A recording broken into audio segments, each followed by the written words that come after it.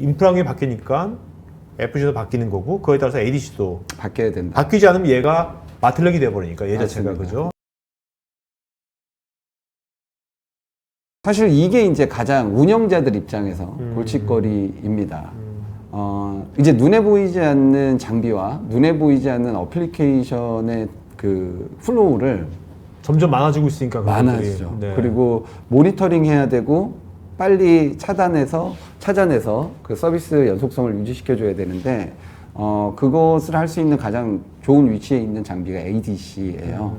어플리케이션 앞단에서 모든 어플리케이션의 그 프로토콜을 이해하고 그것들을 최적화시켜주는 역할을 하다 보니까 ADC는 항상 그 어플리케이션들을 읽고 있어요.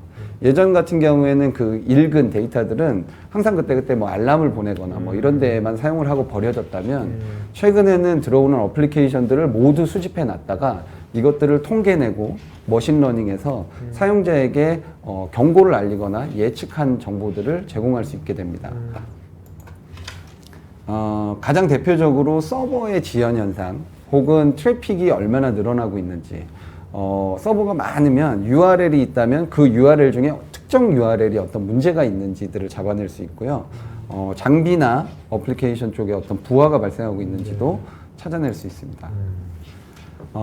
보시는 것처럼 여러 개의 데이터 센터가 있고 이 안에서 눈에 보이지 않는 어플리케이션 트랜잭션들이 일어나고 있고 그때 ADC가 구축되고 사라지면서 디플로이 되고 있다라고 한다면 예전처럼 운영자 입장에서 이거를 어떤 그림으로 그려놓거나 네. 뭐 PPT로 보고 있는 거는 아무 의미가 없어지거든요.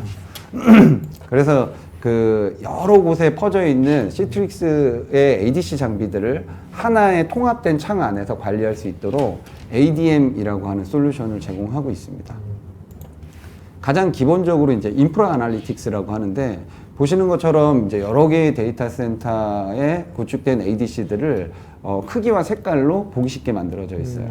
그래서 예를 들어서 뭐 어떤 문제가 있는지는 저 원안의 탭을 누르면 메모리 문제인지 뭐 CPU의 문제인지들을 한 번에 볼 수 있고요. 보면 빨간색으로 이렇게 두 개의 ADC가 메모리 이슈를 가지고 있다라고 사용자가 금방 알 수 있어요. 네. 혹은 저희가 이제 ADC 장비는 그 서버에 부하를 줄여주기 위해서 SSL 뭐 이런 암복화도 하거든요. 근데 간혹 있는 일이지만 이 관리자가 SSL 인증서가 워낙 이제 많아지다 보니까 다 관리를 못하는 경우들이 있어요. 그러다가 인증서 자체가 만료돼 버리면 장애가 발생하거나 혹은 그 이제 뭐 재구매하는데 어려움이 생기거든요. 그래서 인증서가 익스파이어 됐거나 혹은 익스파이어 되기 90일 전에 색깔을 바꾸고 예방을 하는구나. 그렇죠. 관리자에게 익스파이어 데이터가 90일 남았습니다. 이렇게 메시지를 보냅니다. 그게 어디에 있냐면 애저에 하나, 뭐 AWS, US에 하나 있습니다. 뭐 지금 이렇게. 이 UI가 굉장히 직관적인데 맞습니다. 이런 건 몇 년 전에 나온 거예요? 이런 요 UI 같은 경우에는 한 2년 전에 2년 전 나왔다고 보시면 굉장히 직관적이다. 다음은 이제 시큐리티 아날리틱스인데요. 아까도 말씀드렸지만 이제 멀티 클라우드 환경에서 보안의 이슈들이 있어요. 분명히 이제 예전처럼 온프레임 데이터 센터 안에 입구가 하나인 경우에는 입구를 딱 틀어막고 여기로 들어오는 모든 어플리케이션들에 대한 보안들을 관리했었잖아요. 네네. 그런데 이제 막 여러 군데 설치되고 이제 나의 데이터 센터가 아닌 AWS나 뭐 애저 쪽에 설치가 됐을 때는 그에 맞는 보안 정책들을 또 적용을 하는데 문제는 어플리케이션들이 다 똑같잖아요. 그러면 일괄적인 어플리케이션 배포가 필요한데 기능들이 다 다르단 말이죠. 다 따로 관리를 해야 됩니다. ADC는 기본적으로 이제 와프 혹은 봇에 대한 봇 매니지먼트 그리고 마이크로 서비스 같은 경우에는 이제 API 게이트웨이와 같은 기능들을 제공을 하고요. 거기서 발생하는 어떤 트렌드, 보안 트렌드나 문제점들을 가시성 있게 보여드리는 기능을 제공합니다. 다음은 서비스 그래프인데요. 보시는 거 이제 간략하게 보여드리는 건데, 뭐 US의 클라우드가 있고요. 오스트레일리아의 뭐 데이터 센터가 있어요. 여기 보면 색깔로 어떤 문제가 있는 경로에 대한 색깔을 다르게 표시하고 있고요. US 유저가 접속을 할 때 어떤 지연이 발생을 한다. 혹은 ADC가 어떤 크리티컬 로그를 가지고 있다라는 것들을 관리자가 쉽게 볼 수 있게 만들어져 있습니다. 저희는 이제 들어온 이 메저링된 그 데이터들을 가지고 스코어링을 해요. 이 스코어링은 어떨 때 필요하냐면 예측에 필요합니다. 원래 100점 만점인데 100점 만점이 안 될 수도 있어요. 어플리케이션을 어떻게 만들었느냐, 뭐 보안이 어떻게 됐느냐. 하지만 이 트렌드는 항상 80점인데 어느 날 이게 60점이 됐다는 거죠. 그럼 이건 서버든 장비든 어플리케이션이든 뭔가 문제가 발생했다는 뭔가 비정상적인 애널리가 그렇죠. 방송. 품질이 안 좋아졌다라는 거를 바로 볼 수 있어요. 그럼 어떤 품질이 안 좋아졌느냐라고 보면 그런 것들에 대한 상세 정보들이 나와요. 네. 애저의 어떤 어플리케이션이 어떤 문제를 가지고 있다라는 것들을 볼 수 있죠. 요거는 GSLB의 예인데 아까 말씀드린 것처럼 GSLB에 여러 개 있는데 이 중에 한 군데서 어떤 문제가 계속 유발되면 품질이 떨어져요. 그래서 몇 시에 어떤 문제가 발생을 했다라는 걸 볼 수 있고요. 어플리케이션도 마찬가지입니다. 트렌드 베이스로 볼 수 있고요. 대신 서버가 접속자에게 500 에러 혹은 리스폰스 타임이 굉장히 느린 적이 있었다. 그러니까 서버 관리자나 어플리케이션 관리자는 확인해라 라고 알려줄 수 있습니다. 인프라 개념이 아닌 어플리케이션 개념의 모니터링도 필요해요. 이 하나의 어플리케이션, 예를 들어서 파이낸스 팀이나 HR 팀에서 사용하는 하나의 어플리케이션이 있는데 이 어플리케이션은 온프렘, AWS, 애저에 있죠. 근데 사용자 입장에서는 똑같아요. 이게 어디에 있는지 알 수 없고 그냥 하나의 어플리케이션이잖아요. 그러면 어플리케이션 담당자는 어디에 문제가 생겼든 문제가 생긴 걸 알고 있어야 됩니다. 그래서 여기에 예제는 콩커라고 하는 어플리케이션이 노란색으로 변했어요. 네. 이것도 어떤 스코어가 내려간 거죠. 그러면 대략적인 정보, 어떤 지연이 발생했다, 뭐 이런 정보들을 뒤에서 확인할 수가 있고요. 이것도 마찬가지로 트렌드가 변합니다. 그래서 사용자에게 어떤 권고사항, 어떤 거를 수정해라 라고 네. 어떤 문제가 있었다 라고 하는 정보들을 보여줄 수 있고요.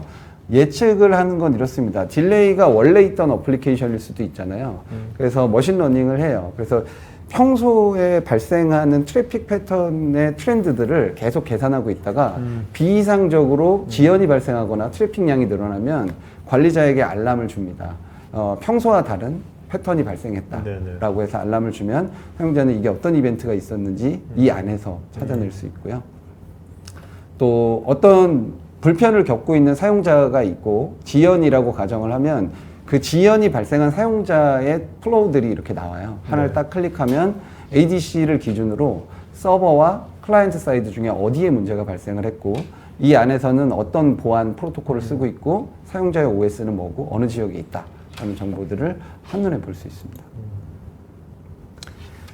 요거는 이제 저희가 이제 머릿속에는 아까와 같은 그 노스사우스 트래픽 같은 경우에는 대략적으로 머리에 그려지는데 마이크로 서비스 같은 경우에는 알 수가 없어요.